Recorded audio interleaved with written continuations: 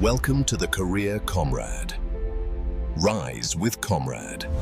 तो हम शुरुआत करेंगे राज्य में होने वाले बड़े औद्योगिक निवेश और बुनियादी ढांचे में आ रहे बदलाव से।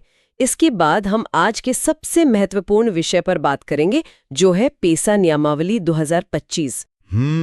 ये पैसा वाला विषय तो हर अध्येता के लिए अनिवार्य है। और इसके बाद हम देखेंगे कि कैसे झारखंड डावोस जैसे वैश्विक पटल पर अपनी नई पहचान बना रहा है। साथ ही कुछ महत्वपूर्ण नियुक्तियों और सांस्कृतिक उपलब्धियों का भी तार्किक विश्लेषण करेंगे। देखिए, ये रूपरेखा स्पष्ट करती है कि आज बहुत सी नई अवधारणाएं स्पष्ट होने वाली हैं। तो बिना किसी विलंब के अपने पहले विषय की ओर बढ़ते हैं। झारखंड के संदर्भ में उद्योग हमेशा से इसके आर्थिक केंद्र में रहा है और हाल ही में टाटा स्टील के एमडी टीवी नरेंद्रन ने एक अहम घोषणा की है। हाँ, वो निवेश वाली घोषणा, ये काफी बड़ा कदम है। बिल्कुल। इसके अनुसार टाटा स्टील अगले कुछ वर्षों में मतलब 2028 तक जमशेदपुर में करीब 10,000 करोड़ रुपए का भारी भरकम निवेश करने जा रही है। इसके अलावा कलिंगानगर मिल की स्थापना पर भी 1500 करोड़ रुपए के निवेश की बात कही गई है। और ये निवेश तो अपनी जगह है, लेकिन बुनियादी ढांचा के मोर्चे पर जो साहिबगंज का प्रोजेक्ट सामने आया है, उसके तकनीकी पहलू काफी दिलचस्प लगते हैं मुझे। जी, साहिबगंज का ये प्रोजेक्ट महज एक निर्माण कार्य नहीं है। एकदम सही। ये कनेक्टिविटी और लॉजिस्टिक्स के लिहाज से एक रणनीतिक कदम है। वहाँ एक एलिवेटेड मरीन ड्राइव कॉरिडोर का निर्माण किया जा रहा है। अगर आधिकारिक आंकड़ों पर नजर डालें तो इसकी कुल लंबाई 13 किलोमीटर होगी और लागत करीब 1236 करोड़ रुपए तय की गई है। 1236 करोड़। तो यहाँ सबसे अहम सवाल ये उठता है कि आखिर इस कॉरिडोर की भौगोलिक उपयोगिता क्या है? देखिए, मुख्य रूप से ये नेशनल हाईवे 33, जिसे पुराने NH 80 के नाम से भी जाना जाता था, उसे नेशनल हाईवे 133B और स्टेट हाईवे 18 जैसे अत्यंत महत्वपूर्ण व्यापारिक मार्गों से जोड़ेगा। मतलब इसका अर्थ ये हुआ कि ये सीधे तौर पर उन अड़चनों को दूर करेगा जो माल ढुलाई में समय की बर्बादी का कारण बनते हैं। अगर हम महादेवगंज या मनिहारी साहिबगंज 4 लेन पुल और साहिबगंज बंदरगाह की बात करें, तो क्या ये कॉरिडोर इन सबको एक सूत्र में पिरोने का काम करेगा? यह एक बहुत ही सटीक आकलन है। इन सभी बिंदुओं का आपस में जुड़ना एक लॉजिस्टिक हब के निर्माण की दिशा में उठाया गया कदम है। इस NH 133B कॉरिडोर के माध्यम से झारखंड का सीधा संपर्क बिहार और उत्तर पूर्वी राज्यों के साथ स्थापित हो जाएगा। व्यापारिक नजरिए से देखें तो भारी वाहनों को अब संकरे रास्तों में नहीं फंसना पड़ेगा। किसी भी राज्य की औद्योगिक वृद्धि के लिए इस तरह का सप्लाई चेन इंफ्रास्ट्रक्चर एक रीढ़ की हड्डी के समान होता है। बिल्कुल। और बुनियादी ढांचे की इस वैचारिक स्पष्टता के बाद अब हम अपनी चर्चा के उस हिस्से की तरफ बढ़ते हैं जो आज के पाठ्यक्रम का सबसे जटिल और महत्वपूर्ण विषय है।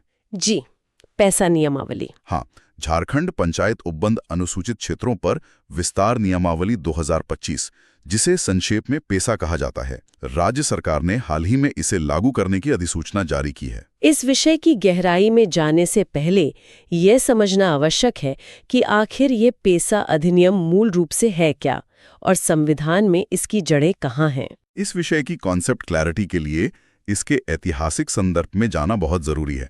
पैसा अधिनियम यानी Panchayat extension to scheduled areas act 1996 में संसद द्वारा पारित किया गया था और 24 दिसंबर 1996 को इसे राष्ट्रपति की स्वीकृति प्राप्त हुई थी। 24 दिसंबर 1996। जी, इसका मूल उद्देश्य संविधान की 5वीं अनुसूची वाले क्षेत्रों में जहां जनजातीय आबादी अधिक है, वहां स्थानीय स्वशासन को मजबूत करना था। यह महसूस किया गया था कि 73वें संविधान संशोधन के तहत बनी सामान्य पंचायती राज व्यवस्था इन पारंपरिक क्षेत्रों की सांस्कृतिक वास्तविकताओं के अनुकूल नहीं थी। इसलिए आदिवासियों के पारंपरिक अधिकारों और लोकतांत्रिक व्यवस्था के बीच एक सामंजस्य बिठाने के लिए पेसा लाया गया। और अब लगभग 3 दशकों के बाद 2025 में झारखंड ने अपनी विशिष्ट नियमावली पारित कर दी है। बिल्कुल। और इसके लागू होने का जो भौगोलिक दायरा है, वो भी परीक्षा के दृष्टिकोण से याद रखने योग्य है। जी, ये झारखंड के 16 जिलों में लागू हो रहा है। इसमें से 13 जिलों में ये पूर्ण रूप से लागू होगा, जबकि 3 जिलों पलामू, गोड्डा और गढ़वा के कुछ विशेष प्रखंडों में इसे आंशिक रूप से लागू किया गया है। लेकिन इस पूरी नियमावली में जो सबसे बड़ा ढांचागत बदलाव दिख रहा है, वो पारंपरिक ग्राम सभा की नई परिभाषा है। अब तक प्रशासनिक शब्दावली में राजस्व ग्राम की ही एक ग्राम सभा होती थी, लेकिन यहाँ कुछ और ही व्यवस्था की गई है। यही इस नई नियमावली का सबसे सूक्ष्म और महत्वपूर्ण वैधानिक पहलू है। जनजातीय समाज की बसावट अक्सर एक बड़े राजस्व ग्राम तक सीमित नहीं होती, बल्कि वे छोटे छोटे टोलों में बटे होते हैं। सही कहा।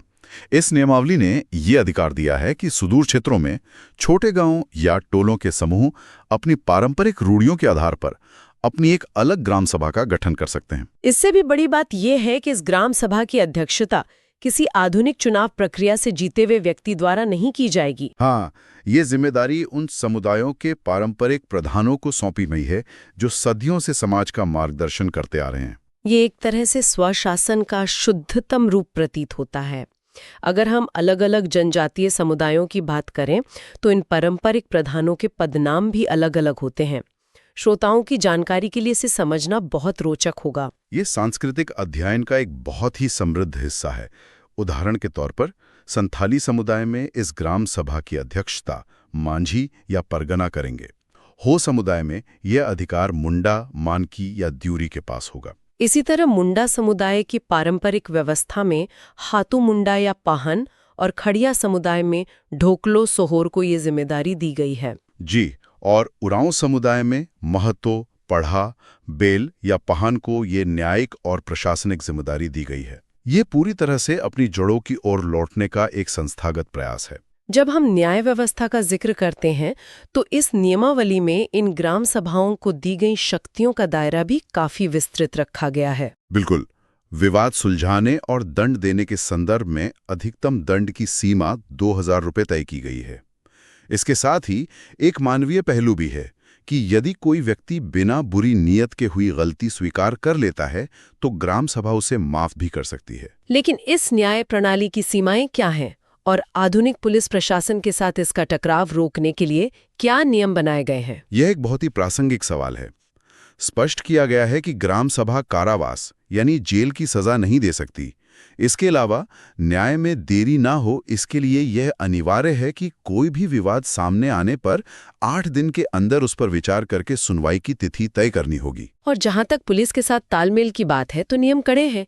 यदि पुलिस किसी को गिरफ्तार करती है तो पुलिस के लिए अनिवार्य है कि वो 7 दिन के अंदर संबंधित ग्राम सभा को इसकी आधिकारिक सूचना दे। जी, और शांति व्यवस्था बनाए रखने के लिए एक स्थायी समिति के गठन का भी प्रावधान है।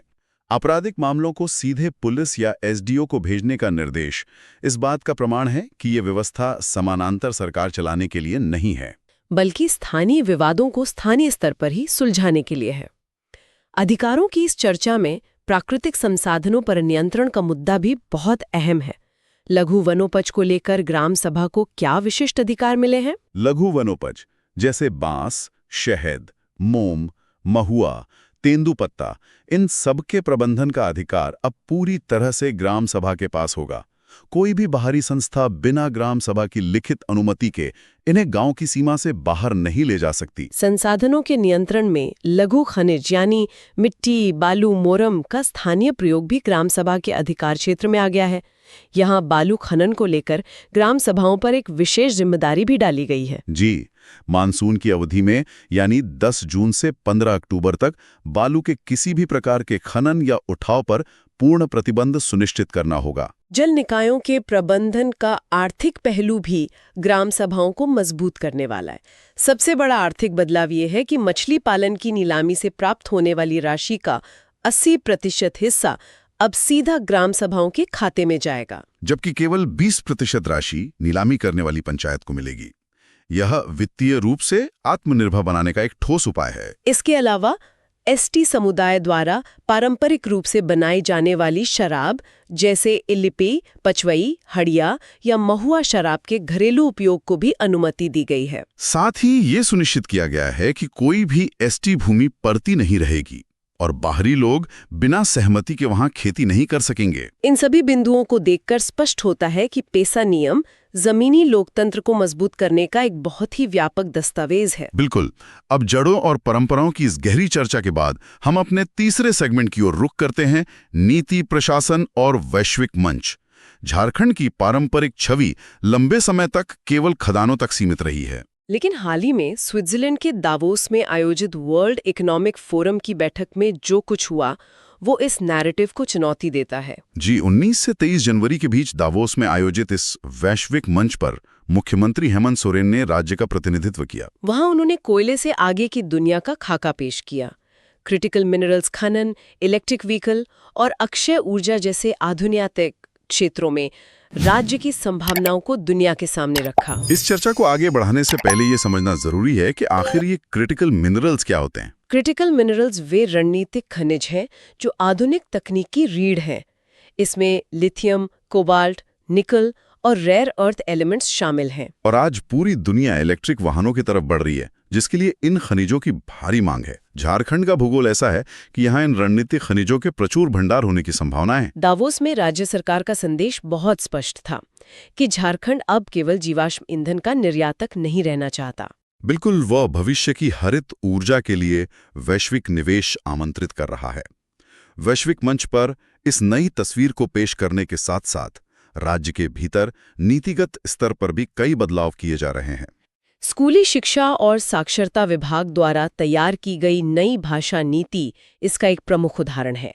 इस प्रस्ताव के तहत राज्य के स्कूलों में कक्षा 1 से 12 तक विद्यार्थियों को क्षेत्रीय और जनजातीय भाषाओं में पढ़ाई का विकल्प मिलेगा। शिक्षा के क्षेत्र में क्षेत्रीय भाषाओं को माध्यम बनाना राष्ट्रीय शिक्षा नीति के अनुरूप भी है और यह लुप्त हो रही भाषाओं के संरक्षण का भी एक माध्यम है। प्रशासनिक स्तर पर एक अन्य महत्वपूर्ण जानकारी राज्य निर्वाचन आयोग की तरफ से आई है। राज्य के सभी 48 नगर निकायों में आरक्षण का निर्धारण किया गया है, जिसमें एक उल्लेखनीय तथ्य यह है कि नगर निगम में कुल 48 पदों में से 18 पद विशेष रूप से महिलाओं के लिए आरक्षित किए गए हैं। प्रशासन से जुड़ी एक और खबर जो परीक्षा के लिहाज से महत्वपूर्ण है वो है जनगणना को लेकर उठाया गया कदम। झारखंड सरकार ने राज्य स्तरीय जनगणना समन्वय समिति का गठन किया है। इस समिति का गठन आगामी जनगणना की तैयारियों के लिए किया गया है। ध्यान देने वाली बात यह है कि समिति की अध्यक्षता राज्य के मुख्य सचिव करेंगे। ये कोई सामान्य समिति नहीं है। इसमें वन एवं पर्यावरण विभाग तक के सचिव स्तर के अधिकारी शामिल होंगे ताकि आंकड़ों का समन्वय बिना किसी बाधा के हो सके। अब हम अपने आखिरी सेगमेंट की ओर बढ़ते हैं, जो सम्मान, नियुक्तियों और सांस्कृतिक उपलब्धियों से जुड़ा है। यहाँ हम तथ्यों का एक विस्तृत जायजा लेंगे। सबसे पहले न्याय क्षेत्र की बात करें तो जस्टिस महेश शरद चंद्र सोनक को झारखंड हाई कोर्ट का नया मुख्य न्यायाधीश नियुक्त किया गया है। ये न्यायिक प्रशासन के लिए एक अहम नियुक्ति है। और अगर हम खेल की दुनिया की तरफ देखें तो पूर्व भारतीय कप्तान महेंद्र सिंह धोनी को Pune grand tour race cycling का ब्रांड एम्बेसडर बनाया गया है। फिर 19 बालक SGFI हॉकी झारखंड टीम में हुआ है। यहाँ SGFI का पूर्ण रूप school games federation of India है। ये भारत में स्कूली स्तर पर खेलों को बढ़ावा देने वाली शीर्ष संस्था है। इसी तरह की एक और उपलब्धि हरियाणा के गुरुग्राम में देखने को मिली, जहां द्वितीय सीनियर राष्ट्रीय सुपर स्पीड खो-खो प्रतियोगिता में झारखंड के बालक वर्ग ने स्वर्ण पदक और बालिका वर्ग ने कांस्य पदक जीता है। इसके अलावा अकादमिक प्रकाशनों के क्षेत्र में पाइथन प्रोग्रामिंग नामक एक नई पुस्तक चर्चा में है, जिसके लेखक प्रोफेसर डॉक्टर राजेंद्र कुमार महतो हैं। इस पुस्तक का विमोचन राज्य के राज्यपाल संतोष कुमार गंगवार द्वारा किया गया। अब बात करते हैं एक राष्ट्रीय स्तर के सम्मान की। झारखंड को प्रतिष्ठित स्काउट पुरस्कार 2025 प्राप्त हुआ है। स्काउट पुरस्कार देश के सबसे प्रतिष्ठित स्वतंत्र सम्मानों में से एक है। झारखंड को ये पुरस्कार आयुष्मान आरोग्य योजना के बेहतरीन डिजिटल कार्यान्वयन के लिए दिया गया है। स्वास्थ्य सेवाओं को सुदूर इलाकों तक प्रभावी ढंग से पहुंचाना एक बड़ी प्रशासनिक चुनौती होती है और सांस्कृतिक मोर्चे पर GI टैग को लेकर भी एक बहुत बड़ा कदम उठाया गया है। वर्तमान में झारखंड से केवल सोहराई पेंटिंग को ही GI टैग प्राप्त है। लेकिन अब राज्य सरकार ने नाबार्ड के सहयोग से झारखंड के 28 विशेष उत्पादों को GI टैग दिलाने की प्रक्रिया शुरू कर दी है, जिनमें देवघर का प्रसिद्ध अद्धे पेड़ा सबसे प्रमुख नामों में से एक है। GI टैग का सीधा संबंध अर्थशास्त्र से है। इससे अंतर्राष्ट्रीय बाजार में उत्पाद की कीमत बढ़ती है और स्थानीय कारीगरों की आय में वृद्धि होती है। इसी साहित्यिक कड़ी में डॉक्टर मयंक मुरारी को वर्ष 2026 के प्रतिष्ठित आचार्य विद्यानिवास मिश्र सम्मान के लिए चुना गया है। ये सम्मान उन्हें उनकी पुस्तक जम्बू द्वीपे भरत खंडे के लिए मिलेगा, जो पर्यावरण संरक्षण के गहरे सूत्रों को विश्लेषित करती है। पर्यावरण संरक्षण की बात आई है तो केंद्र सरकार की पीएम सूर्य घर मुफ्त बिजली योजना के तहत झारखंड में मॉडल सोलर विलेज योजना को भी धरातल पर उतारा जा रहा है। इसके तहत प्रदेश के प्रत्येक जिले में एक मॉडल सोलर गांव विकसित किया जाएगा, जो ऊर्जा स्वावलंबन का एक व्यावहारिक प्रदर्शन होगा। आज के इस पूरे विश्लेषण को अगर एक फ्रेम में देखा जाए तो झारखंड का परिदृश्य बेहद बहुआयामी नजर आता है। बिल्कुल, एक तरफ राज्य अपनी गहरी सांस्कृतिक जड़ों को पेसा नियमावली के माध्यम से संरक्षित कर रहा है, वहीं दूसरी तरफ दावोस जैसे वैश्विक मंचों पर क्रिटिकल मिनरल्स के जरिए भविष्य की अर्थव्यवस्था का हिस्सा बनने की महत्वाकांक्षा दिखा रहा है। लेकिन इस पूरी चर्चा के समापन पर एक बहुत ही गहरा विरोधाभास और एक विचारणीय प्रश्न उभरकर सामने आता है। जी, आज हमने पेसा के तहत ग्राम सभाओं को मिली उस शक्ति पर चर्चा की जिसका एक बड़ा उद्देश्य जंगलों और स्थानीय पारिस्थितिकी को बचाना है, लेकिन दूसरी तरफ दावोस में क्रिटिकल मिनरल्स हब बनने की महत्वाकांक्षा है। यह एक स्थापित तथ्य है कि क्रिटिकल मिनरल्स का खनन अक्सर घने जंगलों और आदिवासी बहुल क्षेत्रों में ही होता है, जो पर्यावरण के लिए चुनौतीपूर्ण हो सकता है। ऐसे में सवाल ये उठता है कि क्या दुनिया को ग्रीन एनर्जी देने के लिए झारखंड को अपनी स्थानीय पारिस्थितिकी की कीमत चुकानी पड़ेगी? क्या पैसा से सशक्त हुई ग्राम सभाएं वैश्विक खनन हितों के सामने अपने जंगलों को बचा पाएंगी? या भविष्य में वैश्विक हरित ऊर्जा और स्थानीय वन संरक्षण के बीच एक अभूतपूर्व वैधानिक टकराव देखने को मिलेगा? यह यकीनन एक ऐसा प्रश्न है जिस पर हर जागरूक अध्येता को गहराई से विचार करने की आवश्यकता है। विकास और संरक्षण के इस जटिल द्वंद्व को समझना बहुत जरूरी है। इसी विचार के साथ हम अपनी आज की इस परीक्षा उन्मुख मास्टर क्लास को यहीं विराम देते हैं। इस गहन चर्चा में शामिल होने के लिए बहुत बहुत धन्यवाद। इन विषयों का निरंतर अध्ययन करते रहें। धन्यवाद। The Career Comrade presents mathematics, reasoning, English, general awareness, general science and current affairs classes for UPSC, SSSC, banking, railway and any others government exams.